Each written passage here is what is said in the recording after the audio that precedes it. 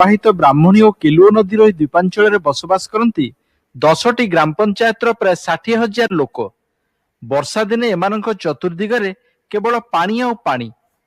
ଟାପୁ ଭିତରେ ଗୋଟିଏ ଗାଁରୁ ଆଉ ଗୋଟିଏ ଗାଁକୁ କଚା ରାସ୍ତା ବା ବିଲ ହୁଡ଼ାରେ ଯାଇ ହୁଏ ସିନା, ହେଲେ ଅନେକଙ୍କ ପାଇଁ ବାହାରକୁ ଆସିବା ସକାଶେ କୁମ୍ଭୀରିଆ ନଦୀର କାଏମା ଘାଟ ହିଁ ଏକମାତ୍ର ବାଟ। ଡଙ୍ଗାରେ ଏକୂଳରୁ ସେକୂଳକୁ ସକାଳୁ ରାତି ଯାଏଁ ପ୍ରାୟ 5,000 ଲୋକ ନଈପାର ହୁଅନ୍ତି।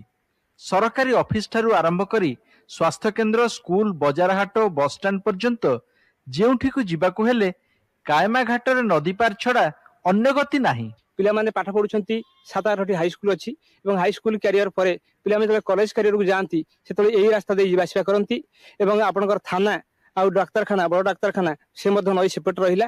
ହେଲେ ଡେଲିଭରି ଫେଲିଭରି କେସ୍ ଆସିଲା ଘାଟ ପାରି ପ୍ରାୟ ଘଣ୍ଟା 1.5 ଘଣ୍ଟା ଦ୍ୱିତୀୟ ପାରି ହେଇପାରୁନି। ଡେଲିଭରି ଖୋଲା ହେଇପାରେ ଅଧା ବାଟରେ। ସେକଡ଼େ କିଏ ଗୋଟେ ଘର କରିବ, କିଛି ଗୋଟେ କରିବ, ଯୋଉଥିପାଇଁ ସେ କରିପାରୁନାହାନ୍ତି, କାହିଁକିନା ଯିବା ଆସିବା ପାଇଁ କିଛି ଜିନିଷ ଏକଡ଼ୁ ଯାଇପାରିବନି ସେକଡ଼କୁ।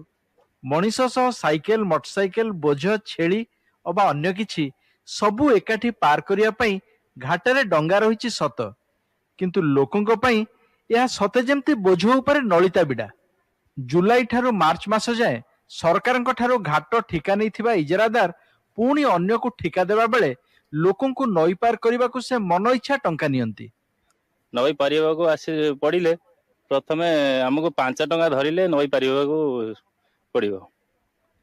ଆଉ ଯଦି ମାଲପତ୍ର ଆଣୁ ଟଙ୍କାଟେ ଜାଗାରେ ବି 5 ଟଙ୍କା ନିଆଯାଉଛି। ସାଇକେଲ ଖଣ୍ଡକ ସେପଟରେ ଇଦ୍ରା ଆଡ଼କୁ ଦେବୁ ଟଙ୍କେ, ଆଉ ତାପରେ ନାଉରି ଡେଲି ଉଠା ପକା କରିବେ, ସିଏ ନେବେ ଟଙ୍କାଟେ। ମାସୁଲ କୋଉଦିନ ଟଙ୍କେ, କୋଉଦିନ 2 ଟଙ୍କା, କୋଉଦିନ 3 ଟଙ୍କା, ବଢି ନେଇକିରି ତାର ସମୟ ନେଇକି ଯା ହୁଏ। ଆଉ ନଈରେ ପାଣି ଯେତେ ଅଧିକ ହେବ ଡଙ୍ଗା ଭଡ଼ା ସେତିକି ବଢ଼ିବ। ଆଉ ପୂଜା ପାର୍ବଣ ସମୟ ହେଉଛି ଡଙ୍ଗାବାଲାଙ୍କ ପାଇଁ ପୁଷ ମାସ।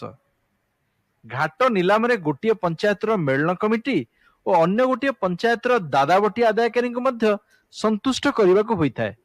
ଯୋଉ ପଇସା ଯୋଉ ନେଉଛନ୍ତି ସେ ବାବଦରେ ମଧ୍ୟ ଟିକେଟ ଆମକୁ ଦଉନାହାନ୍ତି। ବ୍ଲକରେ ଗୋଟେ ରେଟ୍ ଆପଣଙ୍କର ଫାଇନାଲ ହେଉଛି, ଧରନ୍ତୁ 8,000 10,000ରେ ଘାଟଟା ନିଲାମ ହେଉଛି, କିନ୍ତୁ ମନମୁଖୀ ଭାବରେ ସେମାନେ 2 ଟଙ୍କା 2.5 ଟଙ୍କା ହେଲା ନେଉଛି, ଯାହାଫଳରେ କି ଆମେ ଗୋଟେ ହିସାବ କରି ଦେଖିଥିଲୁ ପ୍ରାୟ ପ୍ରତିବର୍ଷ ଲକ୍ଷ ଲକ୍ଷ ଟଙ୍କା ଏମାନେ କଲେକ୍ସନ କରି ତୋଷରପାତ କରୁଛନ୍ତି। ଯାହା ସାଧାରଣତଃ ଗୋଟେ ଜୁତିଆ ଆଶା ହେଲା, ସେଥିରେ ଯଦି ଭାର ବ୍ୟବହାର ଆଣିଲେ ସେଥିରେ 5 ଟଙ୍କା 10 ଟଙ୍କା ମନ ଇଚ୍ଛା ଟଙ୍କା ନେଇଗଲେ। ସେଟା ତ ଗୋଟେ ଅଛି ଇତିହାସରେ ଯିଏ ଆଇଲା 5 ଟଙ୍କା କି 3 ଟଙ୍କା ଏମିତି ରଖାଯାଏ।